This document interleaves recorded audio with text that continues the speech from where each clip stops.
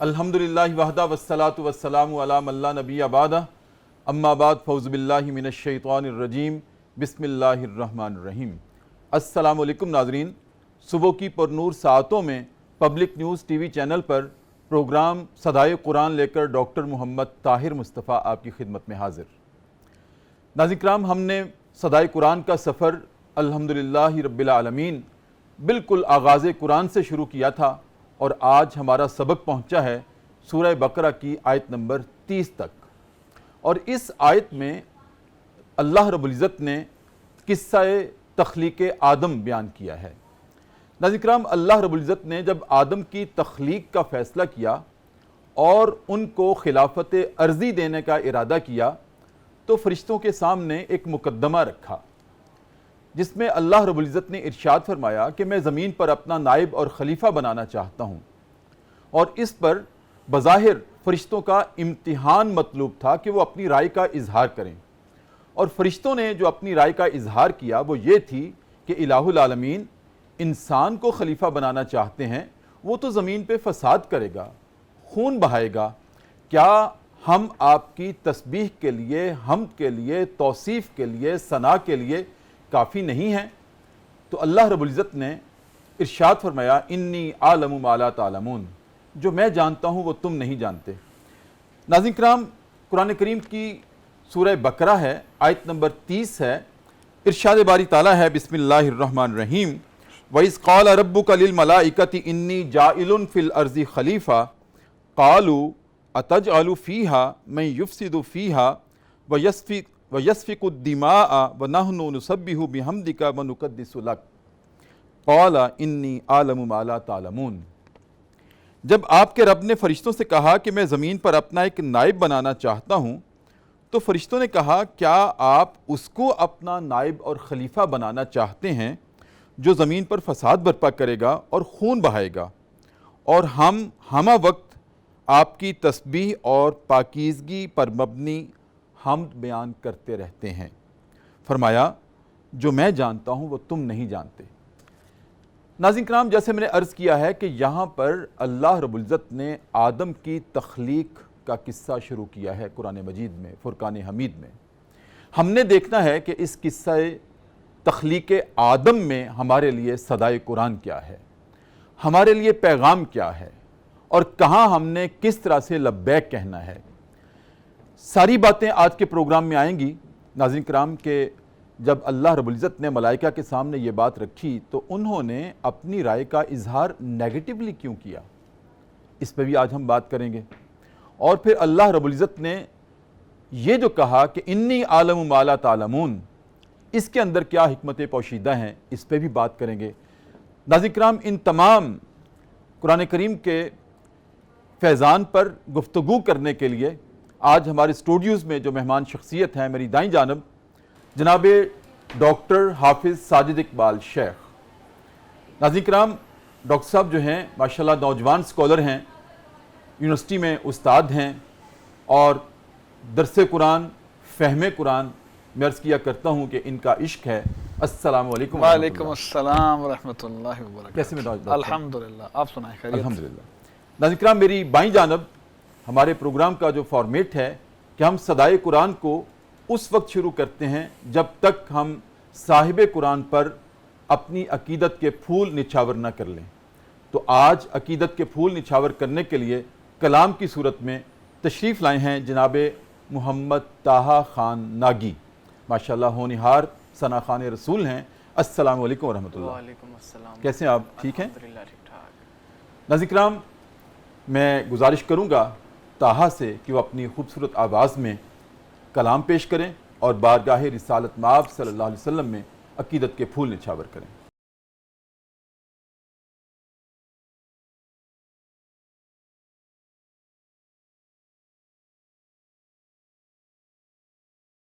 وقفے کے بعد ناظرین کرام دوبارہ آپ کی خدمت میں حاضر۔ پبلک نیوز ٹی وی چینل ہے، صبح کی پرنور ساعتیں ہیں، اور ہمارا پروگرام ہے صدائے قرآن، اور آج ہمارا سبق پہنچا ہے سورہ بقرہ کی آیت نمبر 30 تک۔ جناب ڈاکٹر حافظ ساجد اقبال، جیسے میں نے عرض کیا، مقدمہ آپ کے سامنے رکھا، الحمد سے ہم نے آغاز کیا تھا، اور آج ہمارا سفر پہنچا ہے یہاں تک الحمدللہ۔ جہاں کے قصہ تخلیق آدم شروع ہوا ہے۔ جناب ڈاکٹر صاحب، آپ سے رہنمائی لینا چاہتے ہیں ہمارے ناظرین کہ اللہ رب العزت نے جو ملائکہ سے بات کی، کیا یہ مشورہ تھا؟ کیا ان کو ویسے ہی بات سنانا مطلوب تھا جو موجود مخلوق تھی اللہ رب العزت کی؟ کیونکہ مشورہ تو عام طور پر اس سے لیا جاتا ہے جو اپنے سے بڑھ کر مخلوق ہو، یا مشورہ اس وقت لیا جاتا ہے جب کسی بات کے پہلو ہماری نظروں کے سامنے سے اوجھل ہوں تو ہم دوسرے سے کنسلٹیشن کرتے ہیں، مشورہ کرتے ہیں۔ اللہ رب العزت کی ذات کے سامنے تو ہر چیز غیب کا اس کو علم، حاضر کا اس کو علم اور ناظر کا اس کو علم، ہر بات کائنات کے ذرے ذرے کا اس کو تو علم ہے۔ پھر ملائکہ سے جو بات کی اللہ رب العزت نے آدم کی تخلیق کے وقت، اس میں کیا حکمت پوشیدہ تھی اور ہمارے لیے صدائے قرآن کیا ہے؟ بسم اللہ الرحمن الرحیم۔ سب سے پہلے تو محترم ڈاکٹر صاحب، یہ جو آپ کا پروگرام ہے جس کے اندر قرآن اور صاحب قرآن صلی اللہ علیہ وآلہ وسلم سے یہ جو محبت والا ماحول ہے، میں اس پر آپ کو مبارکباد پیش کرتا ہوں، اس چینل کو بھی، کہ یہ بہت ہی خوبصورت سلسلہ ہے۔ اللہ رب العزت اپنی بارگاہ میں قبول فرمائے۔ آمین۔ یہ جو آیت نمبر 30 ہے، اصل میں یہ جو رکوع ہے پورا، یہ جو آیت نمبر 30 سے لے کر 39 تک کے تمام مضامین بالکل آپس میں جڑے ہوئے ہیں۔ صحیح۔ چونکہ اس پر ظاہر ہے آپ کے کئی پروگرامات ہوں گے، اس میں یہ 9 آیات مکمل ہوں گی، تو جب ہم آج بھی بات کریں گے تو بہت ساری چیزیں بالکل انٹر کنیکٹڈ ہیں، اس کو سمجھنا پڑے گا، یہ بڑی اہم بات ہے۔ ذرا پیچھے سے بھی بات جڑی ہوئی ہے، آگے سے بھی جڑی ہوئی ہے۔ بہت سارے ہمارے اہل لغت نے خود قرآن کو قرن سے مشتق مانا ہے، جس کا مطلب یہ ہوتا ہے کہ ہر آیت، ہر رکوع ایک دوسرے سے جڑا ہوا ہے۔ جی جی۔ یہ جو الفاظ ہیں اور یہ ساری گفتگو ہے، سب سے پہلے ہم اس کو اس طرح شروع کرتے ہیں کہ بندگی رب کی دعوت دی گئی تھی پچھلے رکوع کے آغاز میں۔ صحیح۔ اس وقت تو توحید کو، رسالت کو، قرآن کو اور آخرت کو وہاں بیان کر دیا گیا۔ اب دعوت وہی ہے، اب ذرا انداز مختلف ہے۔ اچھا۔ انداز یہ ہے کہ اس میں انسان کی اس کائنات میں اصلی حیثیت کیا ہے اور اس کا جو اصل مقام ہے، جو اس کا درجہ ہے، وہ بیان ہو رہا ہے۔ اور جب بیان ہو رہا ہے تو اس کا آغاز ہوتا ہے وَإِذْ کے ساتھ۔ وَإِذْ کا مطلب یہ ہوتا ہے، اہل لغت جو بات لکھتے ہیں، اہل تفسیر بھی لکھتے ہیں، کہ اصل میں بات ہے اذکروا، یاد کرو اس وقت کو۔ رسول اکرم صلی اللہ علیہ وسلم سے مخاطب ہوا جا رہا ہے اور مخاطب کرتے فرمایا وَإِذْ قَالَ رَبُّكَ لِلْمَلَائِكَةِ، جب کہا اللہ رب العزت نے فرشتوں سے۔ محترم ڈاکٹر صاحب، آپ کا سوال بڑا ویلڈ ہے اور غور طلب ہے، دیکھنے والا ہے۔ جی جی۔ ہمارے علماء تفسیر نے اس پر جواب یہ لکھا ہے کہ ہم یہ تو نہیں کہہ سکتے یہ مشورہ تھا، بالکل، لیکن یہ صورت مشورہ ضرور ہے۔ اچھا۔ صورت مشورہ کیوں رکھی گئی؟ اس کی وجہ یہ ہے کہ دیکھیے، رسول اکرم صلی اللہ علیہ وسلم جن پر براہ راست وحی نازل ہو رہی ہے، ان کو بھی فرمایا جا رہا ہے کہ صحابہ سے مشورہ کریں، وَشَاوِرْهُمْ فِي الْأَمْرِ، بالکل ٹھیک۔ اور وَأَمْرُهُمْ شُورَى بَيْنَهُمْ۔ اور خود سیرت کے نگاروں نے جس انداز میں حضور کے مشاورت کو بیان کیا ہے وہ بہت دلچسپی کا ٹاپک۔ مطلب یہ ہے کہ صورت مشورہ ضرور ہے، اور چونکہ اگلی آیات میں اس کی وضاحت ہوگی کہ جو اللہ تعالیٰ جس مخلوق کو پیدا فرما رہے ہیں، اور پہلے انسان حضرت سیدنا آدم علیہ السلام، بالآخر تمام مخلوقات پر ان کو فوقیت دلانی مطلوب تھی، صحیح۔ تو ان کو اطلاع بھی کرنی تھی، ان کو بتانا بھی مقصود تھا، کیونکہ محترم ڈاکٹر صاحب، فرشتوں کے سامنے جو منظر نامہ تھا نا، ان سے پہلے جنوں کی جو مخلوق ہے وہ موجود تھی، صحیح۔ اور جو جان تھا ان کا سردار، اس کا سارا کردار ان کے سامنے تھا۔ یہ اگلے سوالات اس کے ضمن میں آئیں گے، لیکن ایک تو بات یہ ہے کہ یہ انداز تھا کہ جیسے صورت مشورہ ہوتی ہے، اور یہ اسلام کی روح بھی ہے کہ ایک بڑا آدمی بھی اگر اپنے سے کم تر لوگوں سے بھی مشاورت کرے گا تو یہ اس بات کا امکان موجود ہے کہ وہ جو افراد ہیں اس لیول پر تو نہیں ہیں، لیکن ممکن ہے ان کے ذہن میں کوئی ایسی بات آ جائے جس سے اس پوچھنے والے کو فائدہ ہو جائے۔ بالکل ٹھیک حافظ صاحب، اللہ تعالیٰ کی ذات سے تو ہم یہ توقع نہیں رکھ سکتے، نہ یہ سوچا بھی نہیں جا سکتا کہ اس کو مشورے کی ضرورت ہی نہیں ہے۔ وہ تو اسباب کا تو اللہ رب العزت کے ہاں کوئی ایشو نہیں ہے کہ اس کو اللہ کو اسباب چاہیے، تو وہ تو لفظ کن فیکون، جی ہو سبحان جائے گا۔ اللہ و بحمدہ۔ دوسری بات ڈاکٹر صاحب یہ ہے، ہمارے مفسرین نے دوسری بات یہ بیان کی ہے کہ دیکھیے اصل تو حضرت آدم علیہ السلام کی پیدائش اور ان کے ساتھ ایک نئی مخلوق کا دنیا میں آنا اور اس کو خلافت عرضی عطا کرنا، پھر سجدے کا حکم دینا، آگے آئے تو گا۔ اس سارے ماحول کے لیے ضروری تھا کہ ان کو اعتماد میں لیا جاتا، ان سے بات کی جاتی، ان کو شریک گفتگو کیا جاتا کہ یہ میں چاہتا ہوں، ان کو بتایا جا رہا ہے، ان کو اطلاع کی جا رہی ہے۔ صحیح۔ اس میں ذرا اگر آپ غور کریں گے نا، یہ سوالات کا انداز اور جوابات کا انداز، اس کے اندر یہ بے شمار حکمتیں موجود ہیں، اور اس کو جیسے جیسے آپ پڑھتے چلے جائیں گے، یاد کرو اس وقت کو جب تمہارے رب نے یہ کہا للملائکتی، فرشتوں سے، انی جاعل فرمایا، انی خالق یہاں نہیں فرمایا، کیونکہ خلافت کی بات آ رہی تھی نا، تو خلافت کے اندر صرف جسمانی تخلیق نہیں ہے، یعنی کہ اس کے اندر جو تھیوریٹیکل سسٹم ہے اس کے لیے لفظ استعمال ہوا انی جاعل فی الارض خلیفہ۔ تو یہ جو آپ نے سوال کیا ہے اصلاً، اس کے اندر جو حکمتیں موجود ہیں، وہ حکمتیں اصلاً یہ ہیں کہ اللہ رب العزت نے انسان کو اشرف المخلوقات بنانا ہے، اس کو ثابت کرنا ہے دنیا کی ساری مخلوقات کے سامنے، تو اس لیے اللہ رب العزت نے ساری مخلوقات کو شریک کیا ہے اپنی سارے منصوبوں کے اندر۔ بالکل ٹھیک ہے۔ ہم سب آگے بڑھتے ہیں۔ فرشتوں نے جو جواب دیا کہ وہ زمین پر انسان جس کو آپ تخلیق کرنا چاہتے ہیں وہ خون بہائے گا، فساد کرے گا، یہ فرشتوں نے کیسے اندازہ کیا؟ سبحان اللہ۔ محترم ڈاکٹر صاحب، اس کے دو جوابات ہیں۔ جی۔ سب سے پہلی بات یہ ہے کہ ذرا فرشتوں کی نیچر کو اگر ہم سمجھ جائیں گے نا تو اس کا جواب بڑی آسانی سے ہمارے سامنے آ جائے گا۔ صحیح۔ فرشتے کون ہیں؟ فرشتے وہ مخلوق ہیں جن کے ذریعے اللہ رب العزت اپنے کائنات کا انتظام چلا رہے ہیں، صحیح۔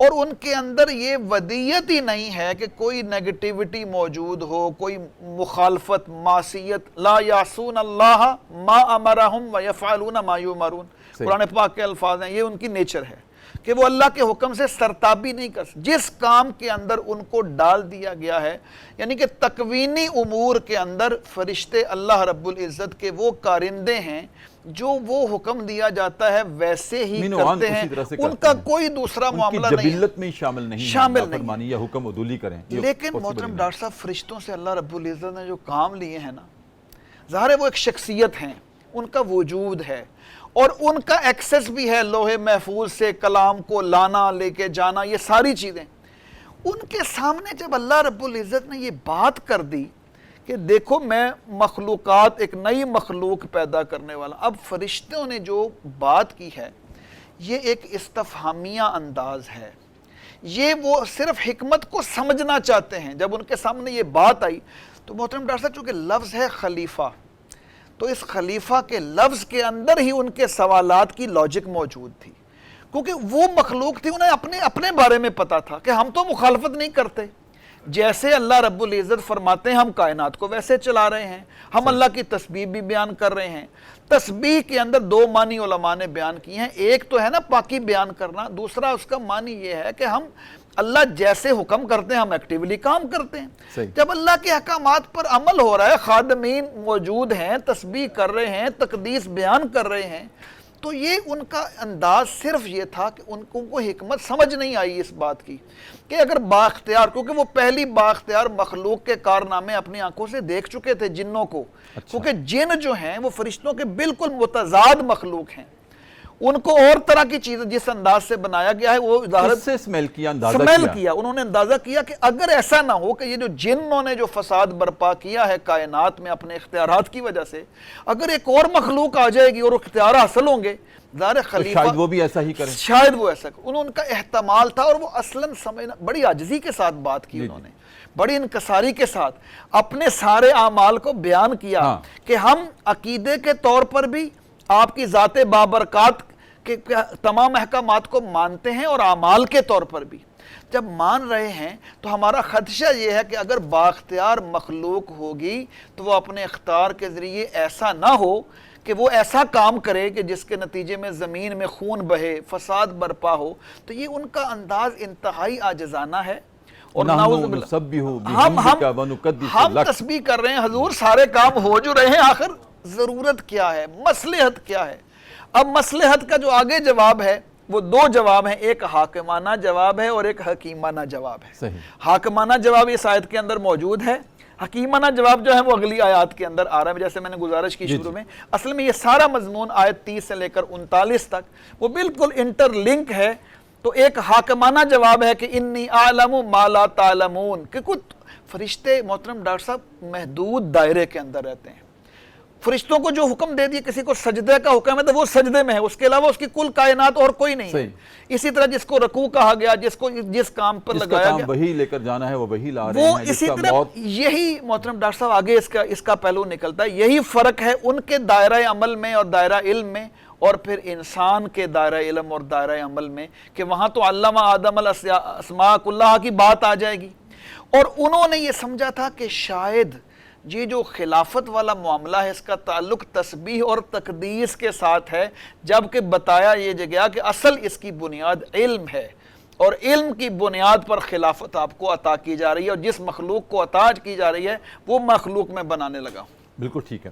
پھر اس سے کوئی یہ نہیں مراد لینی چاہیے یا مراد نہیں لی جا سکتی کہ فرشتوں نے اس پر اپنے کسی ذوم کا اظہار کیا، کسی غرور کا اظہار کیا، کسی فخر کا اظہار کیا کہ الہ العالمین ہم جو ہیں آپ کی تسبیح کرنے کے لیے، تو وہ انسان مطلب کیا ڈاکٹر صاحب کرے جو گا؟ فرشتوں کی عاجزی نیچر کا ہے، اظہار کیا عاجزی ہے، اور درخواست ہے، عاجزی کے استفہام طور ہے، پر اللہ کی تقدیس و ثنا تسبیح کا کرتے ہوئے، ذکر تسبیح کیا۔ کرتے ہوئے یہ استفہامیہ سوال کیونکہ انہیں جب مشرک مشورہ، یا آپ کہہ لیں صورت مشورہ، یا آپ کہہ لیں کہ ان کو اطلاع کی جا رہی ہے، تو ان کے ذہن میں یہ بات آئی کہ یہ حکمت اس کی ہمیں سمجھ آ جائے۔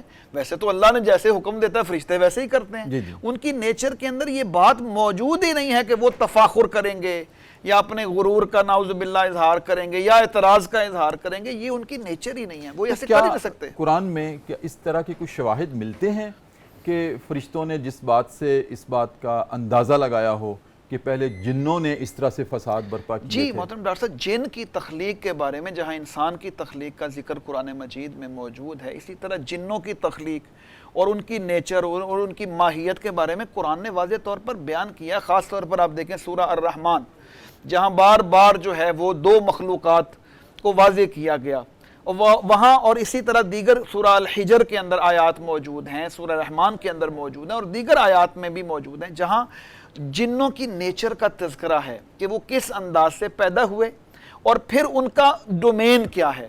تو وہ چونکہ مخلوق پہلے موجود تھی، آپ جانتے ہیں امام ابن کثیر رحمہ اللہ نے تو اپنی تفسیر میں اس کو تفصیل سے ڈسکس کیا ہے کہ انسان کے آنے سے پہلے جنوں کے کام کیا تھے اور جنوں کے معاملات کیا ہوتے تھے، کس طرح ان کے اندر وہ ساری چیزیں پیدا ہوتی تھیں، نیک بھی تھے، سرکشی بھی تھی، اور یہ منظرنامہ فرشتوں کے سامنے موجود تھا۔ اب چونکہ انسان تو ابھی پیدا نہیں ہوا تھا نا، تو ابھی تو ان کے بارے میں صرف پچھلا اندازہ تھا، ان کو یہ وہم ان کو کہہ سکتے ہیں کہ ان کو صرف یہ اندازہ لگانا چاہتے تھے، حکمت معلوم کرنا چاہتے تھے۔ جیسے ہم کہتے ہیں ہم قرآن کی حکمت معلوم کر رہے ہیں، جب ان کے سامنے بات رکھ دی گئی تو انہوں کو صرف یہ تھا کہ عاجزانہ طور پر اپنے رب تعالیٰ سے یہ پوچھنا چاہتے ہیں کہ حضور والا کام تو سارے ہم کر رہے ہیں، لیکن ہمیں ذرا تھوڑی سی بتا دیجئے گا، اس میں وضاحت کر دیجئے گا، کھول دیجئے گا بات کو کہ بھائی اس کی ایسی مخلوق کی آخر ضرورت کیا ہے، اور وہ کھول دی گئی۔ پھر پہلے تو اللہ نے حاکمانہ انداز میں بتایا کہ میں چونکہ خالق و مالک ہوں،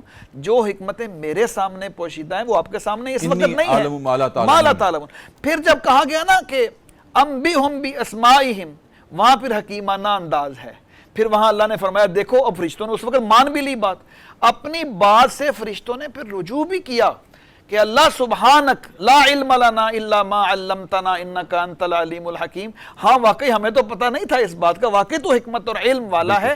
اور پھر اللہ رب العزت نے جب آدم علیہ السلام کو سارے اشیاء کا علم دے کر ان کے سامنے پیش کیا تو اس وقت یہ بات ساری بالکل واضح ہو گئی، ان کے سوالات اور جواب کا اصل مقصد پورا ہو گیا۔ بالکل ٹھیک۔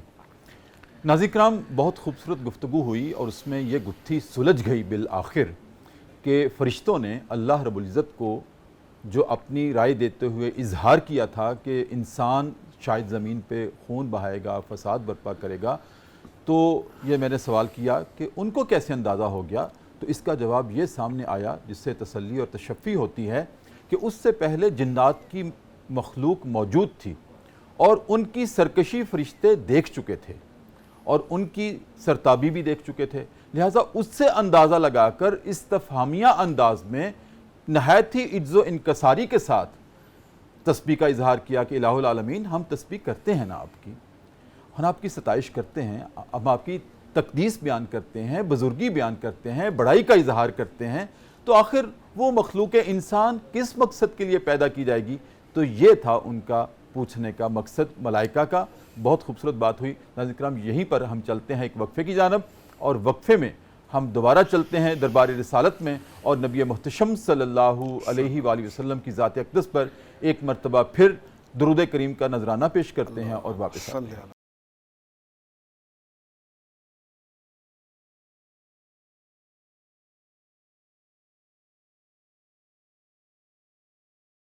وقفے کے بعد ناظرین کرام دوبارہ آپ کی خدمت میں حاضر، صبح کی ٹھنڈی ٹھنڈی خوبصورت ہواؤں میں، فضا میں، پروگرام صدائے قرآن پبلک نیوز ٹی وی چینل پر، اور ہمارے مہمان ہیں جناب ڈاکٹر حافظ ساجد اقبال۔ ڈاکٹر صاحب، انی جاعل فی الارض خلیفہ، وَإِذْ قَالَ رَبُّكَ لِلْمَلَائِكَةِ إِنِّي جَاعِلٌ فِي الْأَرْضِ خلیفہ۔ ایک تو اس میں یہ اطلاع دی کہ میں انسان بنانا چاہتا ہوں، اور دوسرا ساتھ ہی اللہ رب العزت نے اسی اطلاع میں یہ بھی فرشتوں کو انفارمیٹ کیا،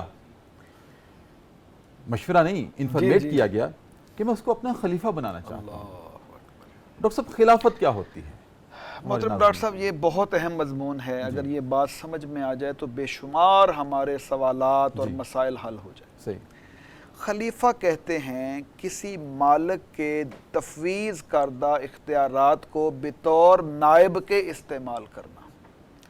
میں دوبارہ دہراتا ہوں ان الفاظ کو، یہ اہل تفسیر نے لکھا ہے۔ اگر اس سے پہلے آپ کی اجازت ہو تو میں لغوی اعتبار سے کیا خلیفہ کا جو لفظ ہے اس کا مصدر خلافہ، جی، اس کا مطلب جانشینی ہے، جانشینی، پیچھے پیچھے آنے والا، پیچھے چلنا، فالو کرنے والا۔ جی جی جی، تو اس سے مراد ہے اللہ کے احکامات کو فالو کرنے والا۔ جی جی بالکل ایسے ہی ہے نا؟ اس انداز میں کہ دیکھیں، ایک ہے خلیفۃ اللہ، ایک ہے خلیفۃ الرسول، جو ہم خلفائے راشدین کہتے ہیں نا، ہم کہتے ہیں وہ ہیں رسول اکرم صلی اللہ علیہ وسلم کے جانشین۔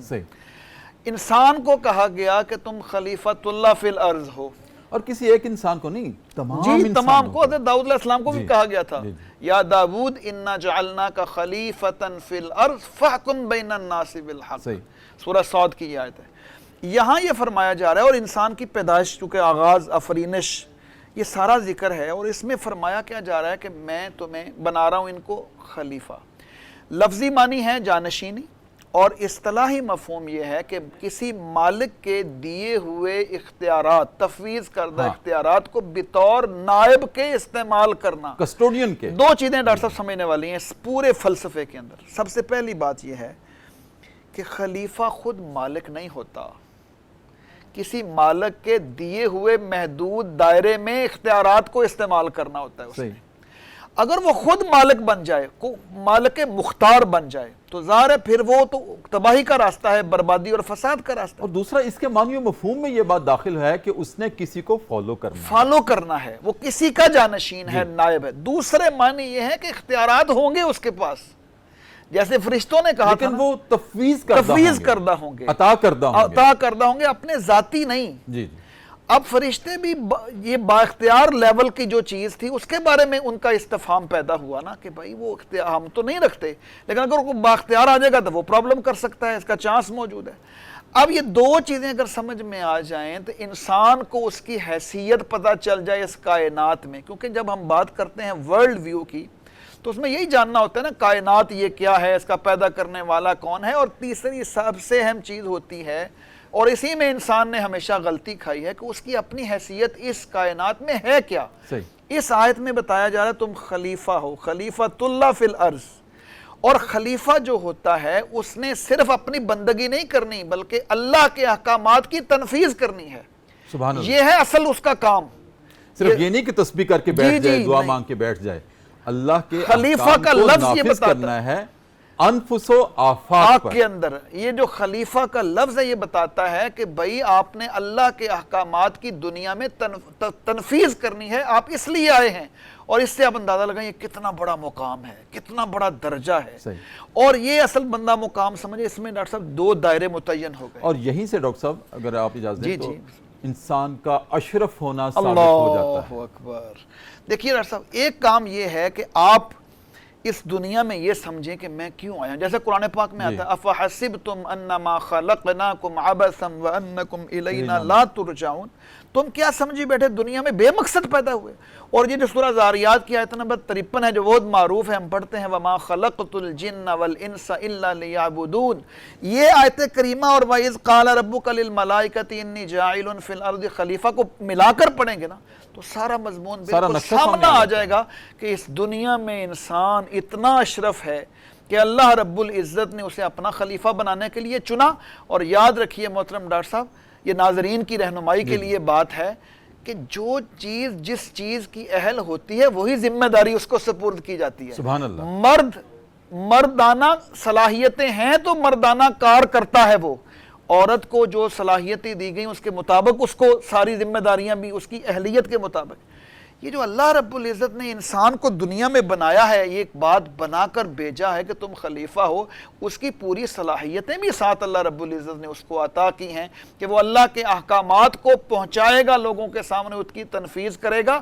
اسی لیے محترم ڈاکٹر صاحب انسان کی نیچر پہ ذرا غور کریں، کتنی ساری ایسی چیزیں ہیں جو اللہ کی شریعت نے اس سے مطالبہ کیا ہے، وہ اصلاً تو اللہ کے کام ہیں، مخلوق کی خدمت کرنا، لوگوں سے حسن سلوک کا کام کرنا، لیکن وہ انسان کے ذریعے کروائی جا رہی ہیں۔ اس سے پتہ چلتا ہے کہ یہ خلیفہ کتنا بڑا مقام ہے۔ اور یہ محترم ڈاکٹر صاحب اگر سمجھ میں آ جائے کہ میں اللہ کا خلیفہ ہوں اس دنیا میں اور کل مختار نہیں ہوں، اللہ کے تفویض کردہ اختیارات مجھے دیے گئے ہیں اور میں نے اللہ کے دین کی سربلندی کا کام کرنا ہے، تو ہمارے سارے مسائل حل ہو جاتے ہیں۔ بالکل، بہت شکریہ ڈاکٹر حافظ ساجد اقبال صاحب۔ خلافت کا موضوع تو بہت وسیع ہے، لیکن آج جو آپ نے اس کا سرنامہ دیا ہے، جو مقدمہ رکھا ہے، انشاءاللہ ساری بات اس سے آگے کھلتی جائے گی اور انشاءاللہ آپ مزید بھی آپ تشریف لاتے رہیں گے اور آپ سے رہنمائی بھی لیتے رہیں گے۔ ناظرین کرام، بہت ہی خوبصورت گفتگو تھی کہ اللہ رب العزت نے وَإِذْ قَالَ رَبُّكَ لِلْمَلَائِكَةِ إِنِّي جَاعِلٌ فِي الْأَرْضِ خلیفہ، جب یہ بتایا فرشتوں کو کہ میں زمین پر اپنا ایک نائب بنانا چاہتا ہوں، تو بہت سارے سوالات میں نے اٹھائے تھے کہ فرشتوں کو کیسے علم ہو گیا کہ انسان خون بہائے گا، تو اس کا جواب بھی آ گیا کہ انہوں نے ایک پہلے سے موجود مخلوق جو جنات کی مخلوق تھی اس کی کارکردگی سے اندازہ لگایا تھا کہ شاید انسان بھی اسی طرح سے خون بہائے گا۔